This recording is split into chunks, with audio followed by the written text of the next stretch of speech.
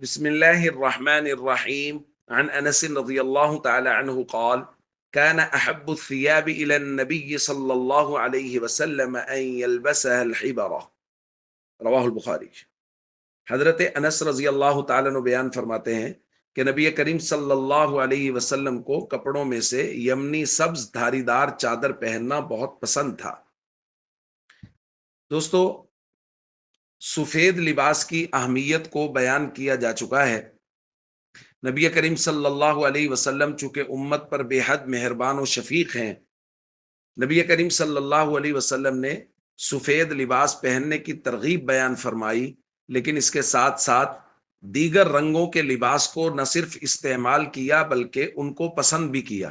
اسی طرح دھاری دار چادروں اور دھاری دار لباس کو بھی حضور علیہ الصلوۃ والسلام نے پہنا بھی اور پسند بھی کیا، کیونکہ ظاہر ہے ہر شخص سفید لباس نہیں پہن سکتا، کیونکہ بہت سارے لوگ ایسے شعبہ و پیشہ سے وابستہ ہوں گے کہ اگر وہ سفید لباس پہنیں گے تو ان کے لیے بہت مشقت ہوگی، مشکل ہوگی، جیسے مزدوری کرنے والے لوگ، دیگر ایسے شعبہ جات جن کے اندر کپڑے جلدی اور زیادہ گندے ہوتے ہیں، اگر سفید لباس پہننے کا اہتمام کیا جائے گا تو بہت مشقت ہوگی۔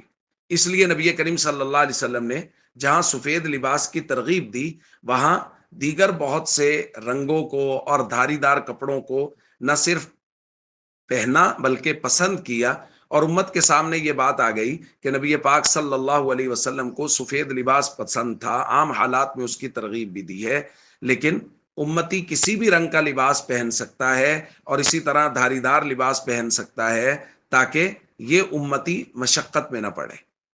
السلام علیکم ورحمۃ اللہ وبرکاتہ۔